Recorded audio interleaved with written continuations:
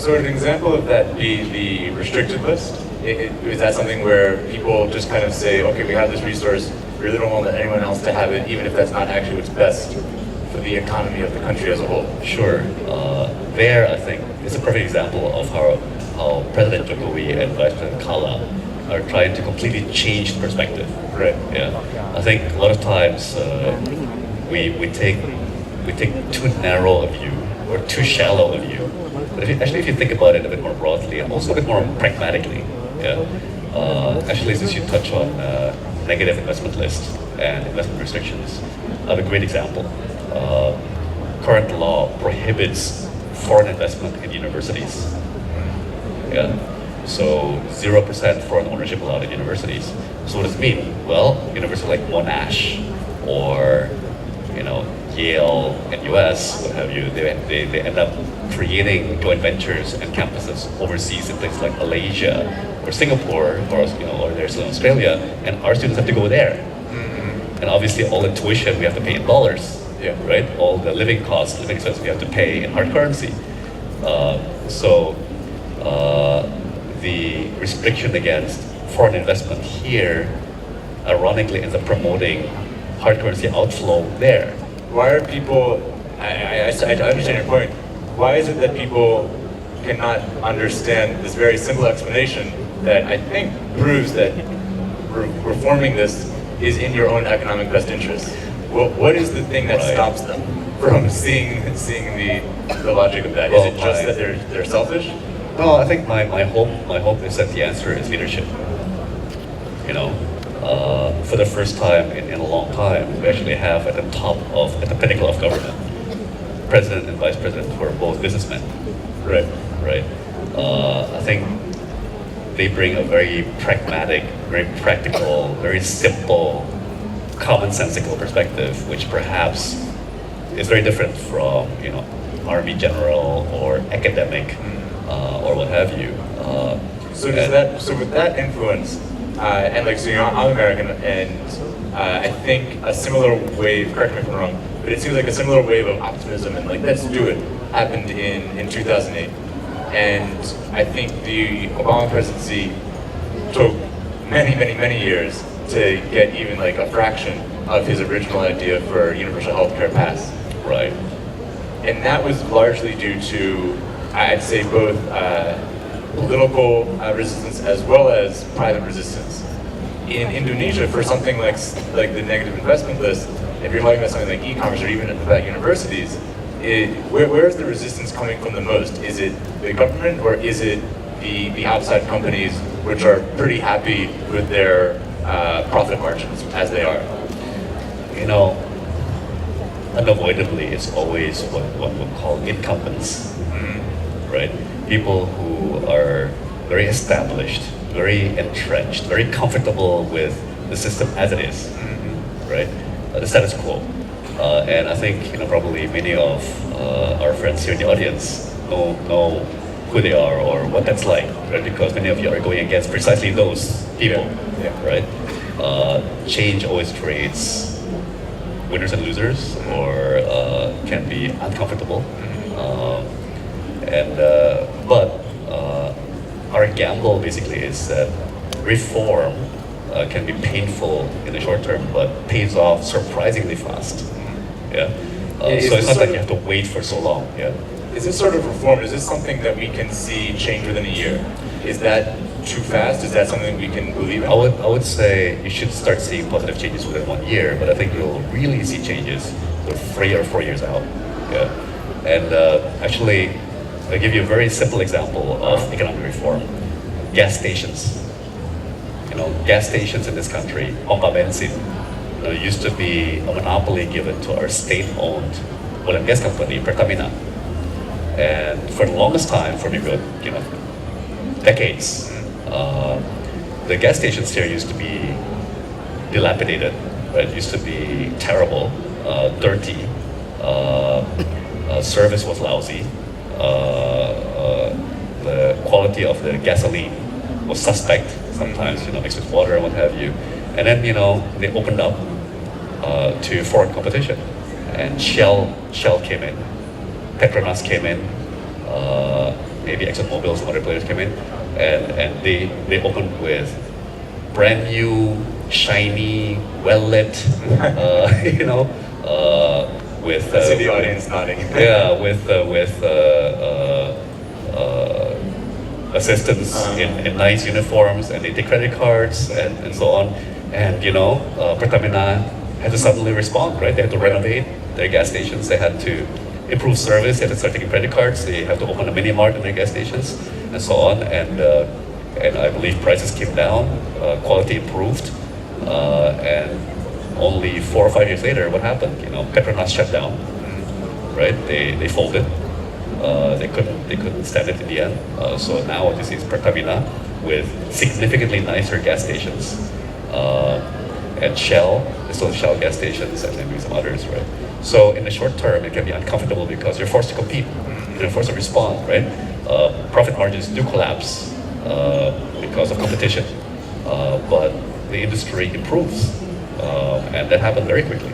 So I think there's probably a ton of e-commerce companies just chomping at the bit to get in here.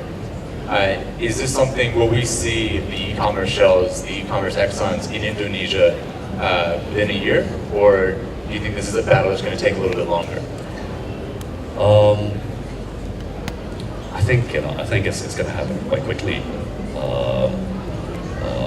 Maybe not as quickly as in other places like China or the USA, but I'm reasonably optimistic that that's going to happen surprisingly quickly. I think one thing is that you know, the incumbents are also responding, right? Like you see a lot of large established conglomerates also beginning to invest into the startups, Right, or right. you know, trying to copy or co-opt. But yeah, I think, come to think of it, maybe we government just have to step back a bit and make sure we don't favor the incumbents too much against the startups, or again, to liken it to President Jokowi, the upstarts. Right. In a way, we've got to allow the challengers to break the rules and challenge the established order. So the idea of reform is a pretty big centerpiece of this administration. And in order to accomplish that, you have an enormous amount of negotiations and discussions that are involved. From the outside looking in, I understand that you are very positive about the Trans-Pacific Partnership. And from my understanding of the text, it seems that there is a provision that allows a foreign company to kind of sue a sovereign nation who's a member of the TPP if that sovereign nation has like excessively restrictive regulations that are contrary to the TPP itself. And this might be a stretch, and I'm really curious to get your take as the trade minister. Is it possible for Indonesia to accelerate reform via these sorts of lawsuits? Well, the lawsuit aspect is one small part of Right. the totality of TPP. Of course, right? of course. It's certainly a very provocative part. But if I can take a step back, right? What is this? What is it about, this TPP? Like, why did President Jokowi surprise everyone, including President Obama, by suddenly declaring our intention to join TPP? You gave him good advice. You'd be surprised. It's actually from him. It's not from me. You know, a lot of people make the mistake. You know, we have a. So when he was governor of Jakarta, his deputy governor, who's now the governor, right, Mr. Ahok, is a very firebrand reformist, and he even said, you know, you all think this is from me, right? Like, it's from him. You know, it's just that I'm allowed now, and he's not. You know, he's, and actually, these reforms are coming from the president, not from me, so much. But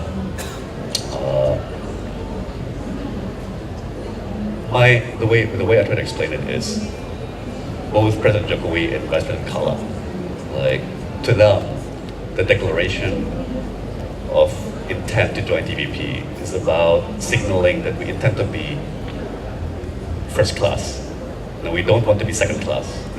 It's an expression of intent. It's an expression of confidence that we want to be, right, a first-class player and not a second-class player, and that we are able to, we're able to make it. We can do what is required to be in the top class. Yes, TPP is very ambitious. It proposes extremely high standards for a lot of things, best practices in many areas. It's a tough hurdle to clear, but personally I read it as a statement of confidence that we are able to do it, and we should aim for it. We should go for it.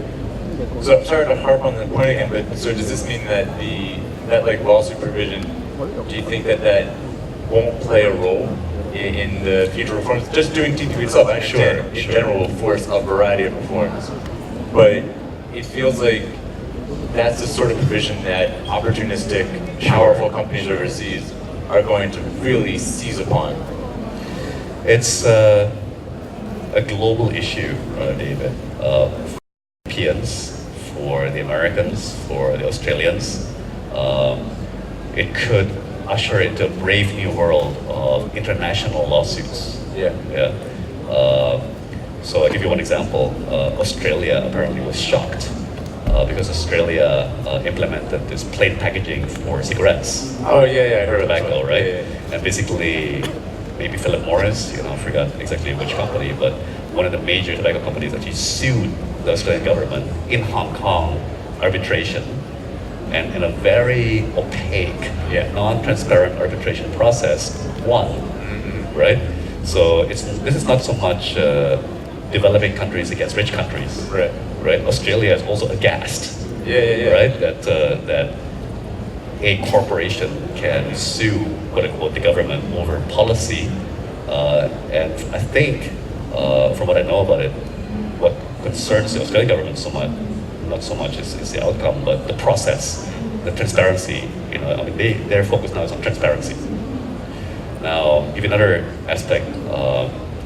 From what I've been told, the Europeans want to set up a new international court, right? That's similar to the International Court of Justice or whatever, or International Criminal Court, that's been hauling in war criminals. And the Americans are dead set against that, right? They don't like even the International Criminal Court that's there now. So the notion of setting up yet another international court and the loss of sovereignty that entails is anathema to the Americans. I don't have the answer, to be honest. It's an issue to which the whole world is trying to grow towards a solution, right? Because, for example, we don't want to have a situation where lawsuits are flying every which way, right? You've got, and look, maybe Philip Morris or other blue chips are still bona fide, players in this situation. But what if you have some rinky-dink or obscure or a shell company, right, suing major countries? At a minimum, it could be a big distraction, right? Because these frivolous lawsuits. What TPP proposes now, I think, is a provisional solution. But yeah, it's a tough situation.